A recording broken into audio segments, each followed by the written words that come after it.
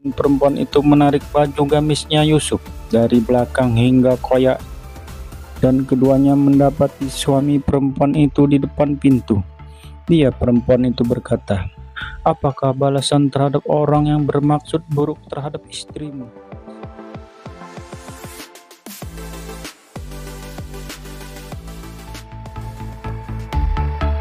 Ingatlah ketika Yusuf berkata kepada ayahnya, "Wahai ayahku, sungguh aku bermimpi melihat 11 bintang, matahari dan bulan.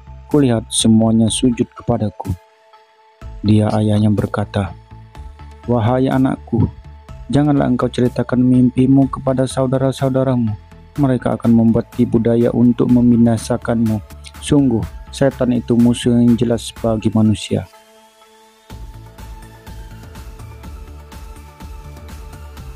Dan demikianlah Tuhan memilih engkau untuk menjadi nabi dan mengajarkan kepadamu sebagian dari takwil mimpi dan menyempurnakan nikmat-Nya kepadamu dan kepada keluarga Yakub, sebagaimana Dia telah menyempurnakan nikmat-Nya kepada kedua orang kakekmu sebelum itu, yaitu Ibrahim dan Ishak. Sungguh Tuhanmu Maha Mengetahui lagi Maha Bijaksana. Sungguh dalam kisah Yusuf dan saudara-saudaranya terdapat tanda-tanda kekuasaan Allah bagi orang yang bertanya. Ketika mereka berkata, "Sesungguhnya Yusuf dan saudaranya Bunyamin lebih dicintai ayah daripada kita, padahal kita adalah satu golongan yang kuat. Sungguh ayah kita dalam kekeliruan yang nyata. Bunuhlah Yusuf, atau buanglah dia ke suatu tempat agar perhatian ayah tertumpah kepadamu, dan setelah itu kamu menjadi orang yang baik." Seorang di antara mereka berkata, "Janganlah kamu membunuh Yusuf, tetapi masukkan saja dia ke dasar sumur agar dia dipungut oleh sebagian musafir, jika kamu hendak berbuat."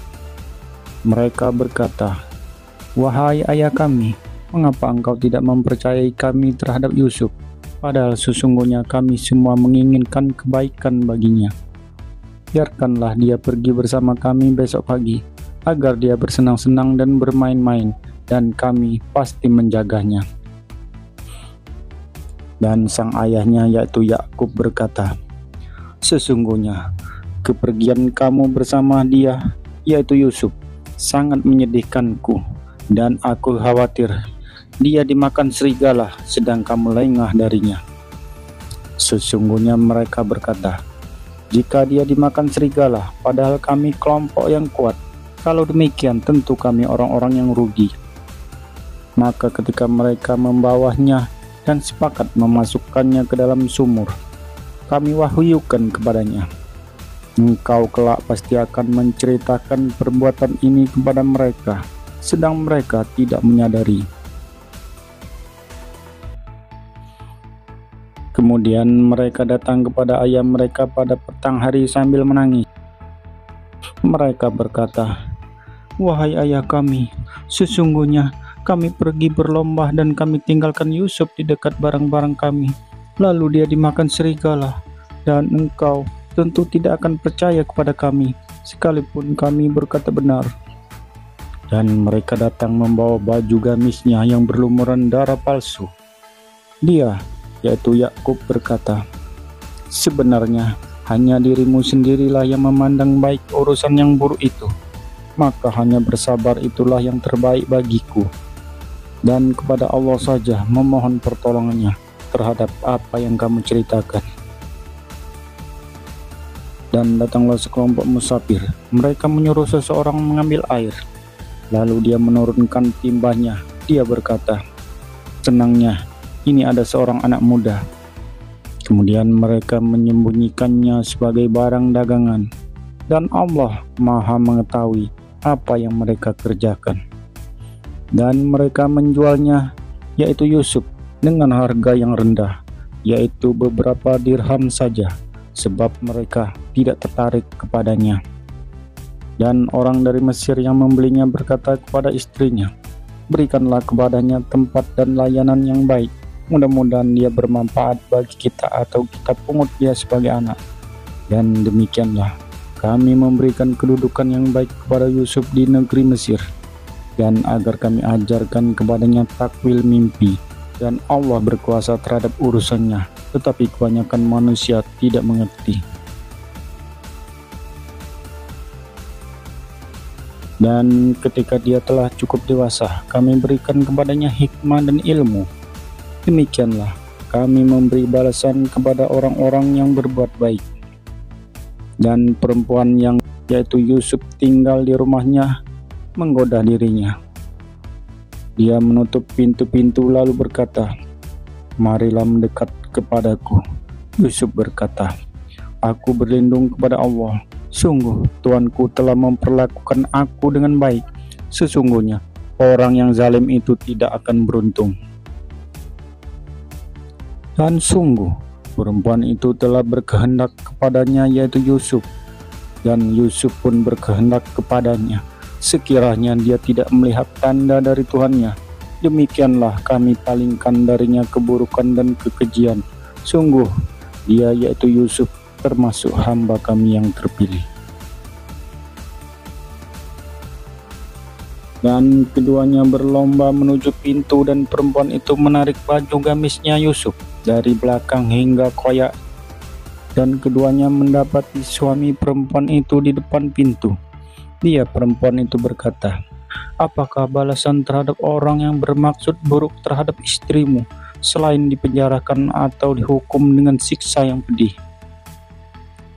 Dia, Yusuf, berkata, "Dia yang menggodaku dan merayu diriku." Seorang saksi dari keluarga perempuan itu memberikan kesaksian, "Jika baju gamisnya koyak di bagian depan, maka perempuan itu yang benar, dan dia, Yusuf, termasuk orang yang dusta. Dan jika baju gamisnya koyak di bagian belakang, maka perempuan itulah yang dusta, dan dia, yaitu Yusuf, termasuk orang yang benar." Maka ketika suami perempuan itu melihat baju gamisnya Yusuf koyak di bagian belakang, dia berkata, "Sesungguhnya ini adalah tipu dayamu. Tipu dayamu benar-benar hebat. Wahai Yusuf, lupakanlah ini. Dan istriku, mohonlah ampunan atas dosamu, karena engkau termasuk orang yang bersalah." Dan perempuan-perempuan di kota berkata, "Istri Al-Aziz menggoda dan merayu pelayannya untuk menundukkan dirinya. Pelayanannya benar-benar membuatnya mabuk cinta. Kami pasti memandang dia dalam kesesatan yang nyata." Maka ketika perempuan itu mendengar cercaan mereka, diundangnya lah perempuan-perempuan itu dan disediakannya tempat duduk bagi mereka. Dan kepada masing-masing mereka diberikan sebuah pisau untuk memotong jamuan. Kemudian dia berkata kepada Yusuf, "Keluarlah, tampakkanlah dirimu kepada mereka." Ketika perempuan-perempuan itu melihatnya, mereka terpesona kepada keelokan rupanya, dan mereka tanpa sadar melukai tangannya sendiri, seraya berkata, "Maha sempurna Allah, ini bukanlah manusia, ini benar-benar malaikat yang mulia." Dia, istri Al-Aziz, berkata, "Itulah orangnya yang menyebabkan kamu mencela aku karena aku tertarik kepadanya. Dan sungguh aku telah menggodanya untuk menundukkan dirinya, tetapi dia menolak."